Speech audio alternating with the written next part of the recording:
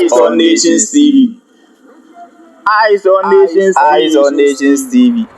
Eyes on Nations TV. Eyes on Nations TV.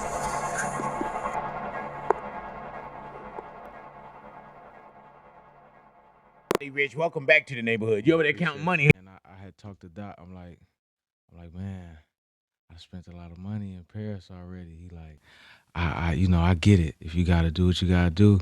And I sat on it for a couple of days. I'm like, man, I can't miss this. I'm like, I can't. I'm like, all right, when the tour started, all right, cool. Now, welcome back to the neighborhood, bro. Pleasure to see you, man. First thing, I mean, there's so much to talk to you about, man. But the first thing we was kind of talking about off air is what we had a chance to bear witness to, man, with Ken and friends. Yeah. And we were just talking about how you could have been anywhere in the world, but we made sure we were there. And you say you canceled Paris? Yeah, Paris Fashion Week, we canceled. Oh, shoot. Like, Fashion Week is big. Yeah. So, man, but you knew that you had to be at home. I talked to, because we had, we just had plans, and I had talked to Doc. I'm like, man, I spent a lot of money in Paris already. He like, I get it. If you got to do what you got to do. And I sat on it for a couple of days. I'm like, man, I can't miss this. I'm like, I can't miss this. You know what I mean? Man, and you know what's crazy about that, man, is like, I always say, man, I can't go watch somebody else work when I'm working. Right. You know what I'm saying? Right, so when you think like, man, no, we already had that. That's Roddy Ricch in Paris. Come on. That's Fashion Week. Yeah, that's, that's my bread. That's my time. That's my shine. Right. But for you, there's probably not too many. Us. Boom. There's probably not too many things you would have said. It's bigger than us, man. It's a blessing to just see everybody, and just with everybody from the different communities just being together and being able to fellowship together. Oh, man. Even outside of the stage, just backstage, you know what I mean? Being able to shake hands, just see everybody.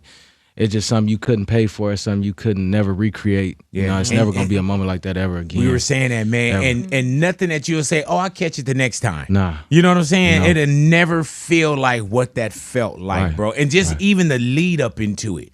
With everything from, the months of, going through the disses and then the lead up. I was telling people, I was like, man, I don't want to know who the and friends are.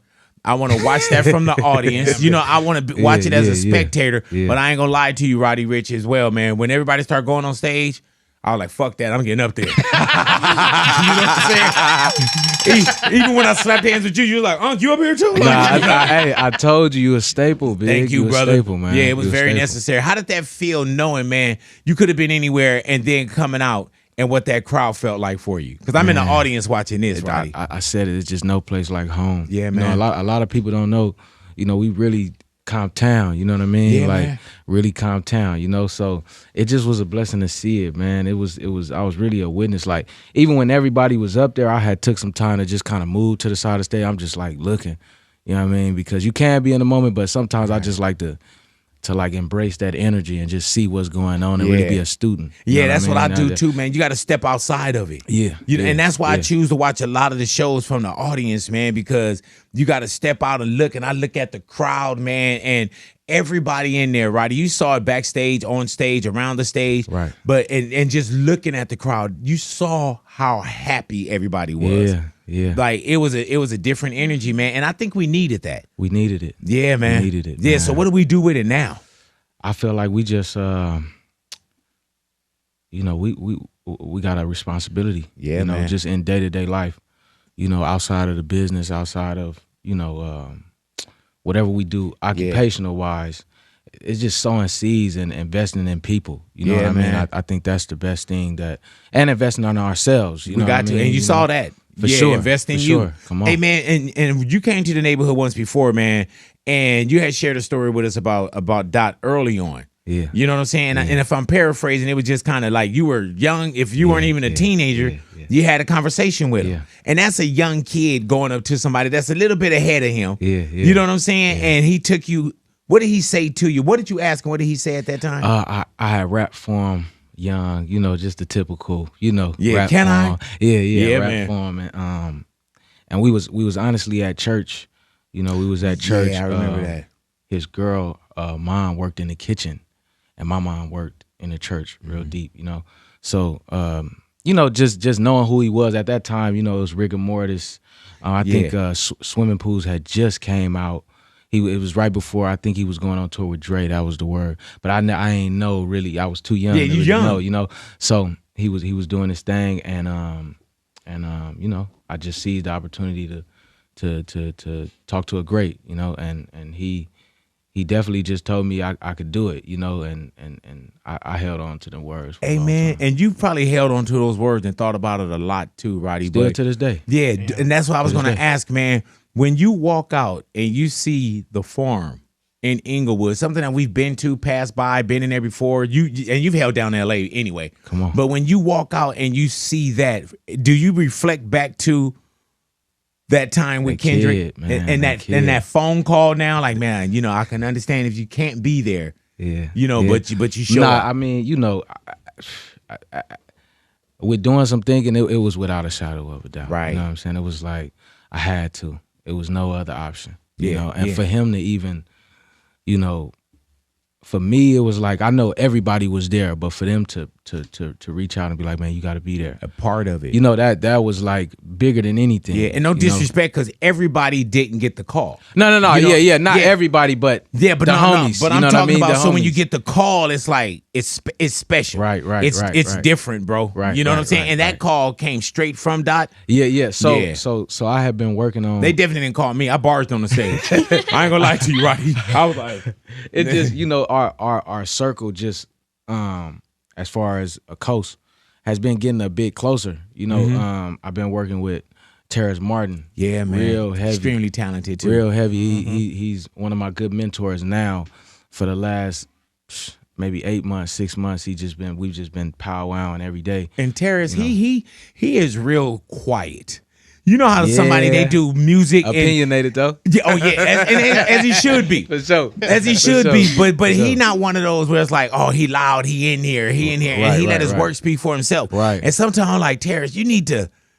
But that's T Martin though. That's T Martin, and I feel like, you know, those caliber of guys, they just have a poise to them. You know, Yeah, man. From Kendrick, you know, to Soundwave to Terrace, you know, they have a poise about them. They really love music, and they're very spiritual. You Yeah. know, so they just protect they oasis. Are They y'all do their working thing. together right now? When you said that, yeah, man, yeah, he working Is on that my the next new album with me. Yeah. And the new album, when does that come?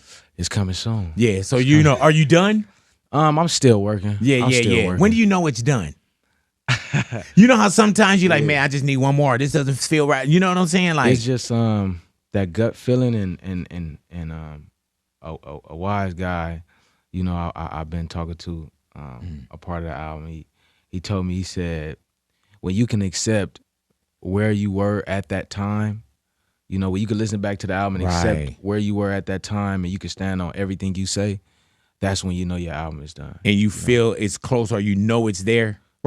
Right. And the album is called the Navy album. The Navy album, Why? it's named after my daughter. Gotcha. Your daughter's named Navy? Yeah, Oh, Navy. that's beautiful, bro. Yeah. Is there a reason behind naming your daughter Navy? Now, I know why you named the album Yeah, Navy. yeah. Is there, or is that personal? It's a few reasons. Gotcha. You know, it's a few reasons. The color navy is it represents authority, you know, power, and you know, I just feel like having a daughter in this day and time and in this stage of life, you definitely want to empower your kids. Yes, sir. And be there for them. How old is she, if you don't mind my asking? No, she ain't born yet. Oh, you talking about the one that's coming? Yeah, this is the Oh. name. You know. Wait, bro. So the baby that's not here, you already got your. So that's power in the name already. Yeah, then. Navy. Oh, okay. I'm a fan. You know, the world just accepting that, and Navy's coming, the Navy era. You know, it's like it's Navy time. You know what I mean? It's Navy Man, time. is it different now? You know, when we have our kids, is the work and the grind a little bit different? Because at first we can kind of just get up and go, and it's about us. Right. Now every move that we make is pretty much sometimes for somebody else. Right. You know, how do you separate Roddy, the artist that you got to share with us, and you as a father? I feel like, honestly speaking, when I had my first son, it was during a time where a lot was going on. I was working on Antisocial, you know, so I was having my son working on Antisocial. But your son not named Antisocial, is he? No. Okay, just check. No. But the crazy thing about him is he's autistic. Really though, he's on the spectrum. Yeah. Did you know that while you were working on the album, like through testing or anything? Oh wow. No, he wasn't born yet. Right, but no same situation, just like this situation. But he wasn't born yet, and I mean, I knew as a parent, you know, at 6 months, looking at him and certain things, and you know, but it just it's power in what we speak, yeah, you know, and what we stand for, you know. So I think this process is a bit nostalgic for me, and just being in this place is a blessing. You know hey man, is it different now with having hits and accolades and having a catalog? Is it harder to record now because there's a standard and you're in competition with yourself and your work? I think the way I've been thinking about it is I really just want my fans to have this experience with me. You know, we spiritual beings having a physical experience, and this music could be the soundtrack to that physical experience, you know, and touch them spiritually. Do you get that a lot from people? What? Like, because there's songs from you, bro, that's, you know, and we say this about Kendrick as well. There's a few people that know how to use their voice as an instrument. To get at you. You know what I'm saying? And you know how to use your voice as an instrument with what you do with it. Come on. And so I know that you have people that come up to you and say, either this was my favorite, this changed this, this is where I went to for such and such. Right. And at one point, I'm pretty sure you had that being a music consumer where certain things felt that. Of course. And now you get it where people say, this is my song and this made me feel a certain way. Yeah. And I think that is what, you know, and you brought up earlier, no chains, no jewelry. I got an earring on, 5 carat still. You know? As you should, brother. But, you know what I'm saying? I think you didn't wear any jewelry because I'm always begging for it. No, I'm gonna tell you why.